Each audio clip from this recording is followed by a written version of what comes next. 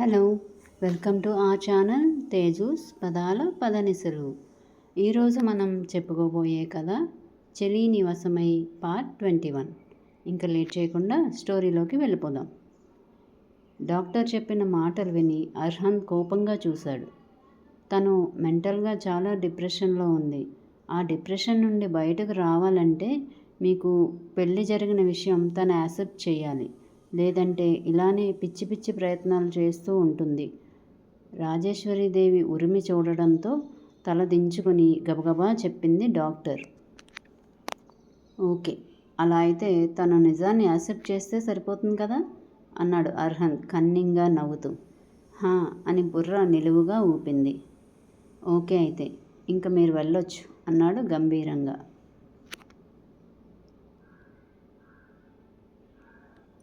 Doctor బ్రతుకు జీవుడా అనుకుంటూ వెళ్ళిపోయింది. ఒకప్పుడు నీ మీద చాలా గౌరవం ఉండేది, కానీ ఇప్పుడు ఆ గౌరవం తగ్గిపోతుంది. నీ మీద నాకున్న గౌరవం పూర్తిగా తగ్గిపోయి అసహ్యంగా మారకముందే నేను ఈ ఇంటి నుండి వెళ్ళిపోతున్నా. ఏమని చెప్పి మాట ఇచ్చావో ఆ మాట నిలబెట్టుకోలేక ఏం చేశావో నీ మనవరాలికి చెప్పుకొని తనని ఆ డిప్రెషన్ నుండి బయటకు తీసుకురా. నాతో కలిసి పెరిగిందని నాకు కాస్తో కూస్తో జాలి ఉంది. నీ ప్రవర్తన వల్ల అది కూడా పోతుంది. నాకు ఇక్కడ ఉండాలని లేదు అని చెప్పేసి లేచి నిలబడ్డాడు. కన్నా, అది మంచిది కాదు. ఇందులో అత్తయ్య తప్పేం లేదు. డాక్టర్ ముందుగానే ఆ మాట చెప్పారు, కానీ మీ నానమ్మ నువ్వు తనతో ఉండడం జరగదని చెప్పేసింది. అయినా తన ప్రయత్నం చేస్తానని డాక్టర్ చెప్పారు. అందుకే నిన్ను కిందకి తీసుకొచ్చాను. అత్తయ్య ఏం చెప్పలేదు ఆ డాక్టర్కి. ఇంకా నువ్వు స్వీటీ విషయంలో కల్పించుకోవాల్సిన అవసరం కూడా లేదు. ప్లీజ్ నువ్వు ఈ ఇంటి నుండి వెళ్తానని మాత్రం చెప్పకు. నీకు దూరంగా నేను ఉండలేను చందు అని ఏడుస్తూ అన్నారు శారద గారు. మా, నువ్వు ఏడిస్తే నాకు చిరాకని తెలుసు కదా అన్నాడు అర్హంత్ విసుగ్గా. నువ్వు వెళ్ళనని చెప్పు అన్నారు ఆవిడ మొహం తుడుచుకుంటూ. అది మీ నిర్ణయాల మీద ఆధారపడి ఉంటుంది. నా వరకు నాకు నచ్చని పని నేను పొరపాటున చెయ్యను. అండ్ లాస్ట్ అండ్ ఫైనల్గా చెప్తున్నాను, ఎవరు ఒప్పుకున్నా ఒప్పుకోకపోయినా లోచన నా భార్య. దాన్ని మార్చాలని చూసినా లేక ఇంకేమన్నా ప్లాన్స్ వేసినా ఈసారి మాటలతో చెప్పను అని సీరియస్గా పైకి వెళ్తూ, అమ్మ పైకి భోజనం పంపించు. అలానే రేపు ఉదయం ఏదైనా గుడిలో సత్యనారాయణ స్వామి పూజకి ఏర్పాట్లు చెయ్యి అన్నాడు. అది ఇంట్లో చేసుకునే పూజ నాన్న అంది శారద. ఇప్పుడు నేను ఇంట్లో పూజ చేస్తుంటే చూసి తట్టుకునే పరిస్థితులు ఇక్కడ ఎవరికీ లేవని అర్థమవుతుంది. అందుకే గుడిలో ఏర్పాటు చెయ్యి అని మరో మాటకి అవకాశం ఇవ్వకుండా వెళ్ళిపోయాడు. శారద అత్తగారి వంక చూసింది, ఏం చెయ్యను అన్నట్లు. కొన్ని రోజులు పోయాక ఇంట్లోనే ఏర్పాటు చేయి శారద, ఇప్పుడు వాడికి నచ్చజెప్పు అన్నారు ఆవిడ. వాళ్ళ నాన్న మీద ఎలానో నమ్మకం లేదు వాడికి. మీ మీద గౌరవం లేదు. ఇప్పుడు మిగిలింది నేను మాత్రమే. వాడు చెప్పినట్టు చేయకపోతే రేపన్న రోజు వాడి మాటలు నిజం చేస్తూ దూరంగా వెళ్ళిపోయినా వెళ్ళిపోతాడు. అలా వెళ్ళి వాడు సంతోషంగా ఉండగలడేమో, కానీ ఉన్న ఒక్కగానొక్క కొడుక్కి నేను దూరంగా ఉండలేను అత్తయ్య. అలానే లోచనని నా కోడలిగా నేను ఒప్పుకుంటున్నా. పెళ్ళి ఎలా జరిగినా అది పెళ్ళే అని నేను నమ్ముతాను. ఈ విషయంలో మిమ్మల్ని అగౌరవపరుస్తున్నాను అని మీరు అనుకుంటే నన్ను క్షమించండి అత్తయ్య. రేపు పూజకి ఏర్పాట్లు నేను చేస్తాను అత్తయ్య అనేసి వెళ్ళిపోయింది శారద కూడా. ఆ మాటలన్నీ విన్న జీవిత, చూసావా అమ్మ, ఎవరికి నా కూతురంటే లెక్కలేదు. అవునులే, ఎందుకుంటుంది? నేను మీ ఇంట్లో తేరగా పడి తింటున్నాను కదా, ఇంకా నేనన్నా నా కూతురన్నా ఎందుకు లెక్క ఉంటుంది అని ఒక రాగం తీసింది. అయినా తల్లి దగ్గర నుండి ఎలాంటి రియాక్షన్ లేకపోవడంతో, అయినా బిడ్డొచ్చిన వేళ గొడ్డొచ్చిన వేళ అంటారు. మహాతల్లి అడుగు పెట్టగానే నీ మనవడు నీకు దూరం చేసేసింది.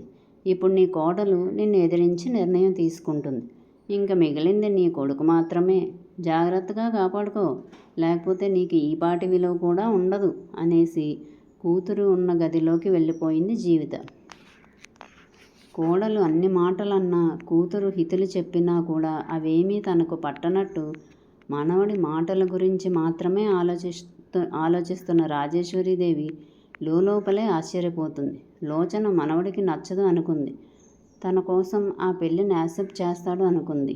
నిజానికి యాక్సెప్ట్ చెయ్యాలనే తను అనుకుంది. కానీ తన అంచనాలకు అందకుండా మనవడు లోచన మీద ప్రేమ పెంచేసుకోవడం, అది కూడా ఒకే ఒక్క రోజు, తనని ఎక్కువ ఆశ్చర్యానికి గురిచేసింది.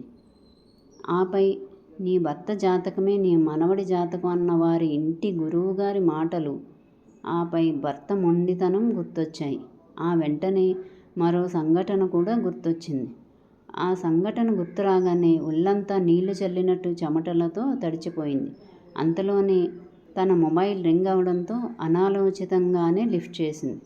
అమ్మా, నువ్వు అర్జెంటుగా ఆఫీస్కి రావాలి, అర్జెంట్ అని కొడుకు చెప్పడంతో అప్పటి వరకు ఉన్న ఆలోచనలు, భయం అన్నీ ఎవరో చేత్తో తీసేసినట్టు మాయమయ్యి ఆ స్థానంలో గంభీరత చోటు చేసుకుంది.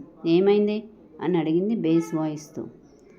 చక్రపాణి ఆఫీస్లో ప్రాబ్లం గురించి చెప్పగానే నేను వస్తున్నాను అని రూమ్లోకి వెళ్ళి 5 నిమిషాల్లో రెడీ అయి తన మొబైల్ మాత్రమే తీసుకొని బయటకు వచ్చింది రాజేశ్వరి. రాజేశ్వరి రావడం చూసిన వ్యక్తి కార్ డోర్ తీసి పట్టుకోగా ఆఫీస్కి అని చెప్పి దర్జాగా వెనక సీట్లో కూర్చుంది టీవీగా. రాజేశ్వరి ఆఫీస్కి వెళ్తున్న సమయంలో ఒక పత్రికా ఆఫీస్లో ఏ గౌరవం కోసం అయితే పాకులాడి మనవరాలి జీవితం నాశనం అవుతుంది అన్న విషయం కూడా మర్చిపోయి, లోచన అభిప్రాయం కూడా తెలుసుకోకుండా ఇప్పుడు నీకు పెళ్ళి అని ఒకే ఒక్క మాటతో తనని పీటల మీద కూర్చోబెట్టిందో, ఇప్పుడు ఆ పరువు పోవడానికి అక్కడ రంగం సిద్ధమవుతుంది. ఆ పత్రికా ఆఫీసులో ఒక గదిలో ఒంటరిగా కూర్చొనున్నాడు ఒక వ్యక్తి. అతను మొహానికి మాస్క్ పెట్టుకొని ఉన్నాడు. భయపడుతున్నాడని ఏసీ గదిలో కూడా అతని వంటికి పట్టిన చెమటలు చెప్తున్నాయి. ఏ క్షణంలో అయినా అక్కడి నుండి తప్పించుకోవడానికి సిద్ధంగా ఉన్నట్టు కుర్చీ అంచులో కూర్చున్నాడు. అలానే అతని కాళ్ళు కూడా మడిచున్నాయి. ఏ క్షణమైనా మేము సిద్ధమే అన్నట్లు. తెల్లని ఆ గది గోడలు ఎన్ని కన్నీటి వ్యధలను చూశాయో, మరిన్ని కన్నీటి కథలకు కారణమయ్యాయో. ఎక్కడ ఒక మచ్చ కూడా లేని ఆ గది గోడలు చూడడానికి భయాన్ని కలిగిస్తున్నాయి. అసలే భయంలో ఉన్న ఆ వ్యక్తి భయాన్ని ఆ గది గోడలు మరింత పెంచుతున్నాయి. ఏసీ రన్ అవుతున్న సౌండ్ తప్ప మరే సౌండ్ లేదు ఆ గదిలో. అంతలోనే డోర్ ఒక్కసారిగా తెరుచుకున్న చప్పుడు. ఆ మాత్రం సౌండ్కి కూడా ఉలిక్కిపడి లేచి నిలబడ్డాడు. వెళ్ళిపోవడానికి నేను సిద్ధం అన్నట్లు. ఈ మాత్రం భయం ఉండడం సహజమే. నువ్వు తెచ్చిన కంటెంట్ అలాంటిది మరి, మంద్రంగా నవ్వుతూ అన్నాడు ఆ గదిలోకి అడుగుపెట్టిన వ్యక్తి. అతను ఎలాంటి రియాక్షన్ ఇవ్వలేదు. ఇదిగో నువ్వు అడిగిన డబ్బు. నల్లని సూట్ కేస్ ఓపెన్ చేసి అందులో ఉన్న డబ్బుని చూపించాడు ఆ పత్రికా ఆఫీస్ ఎండి.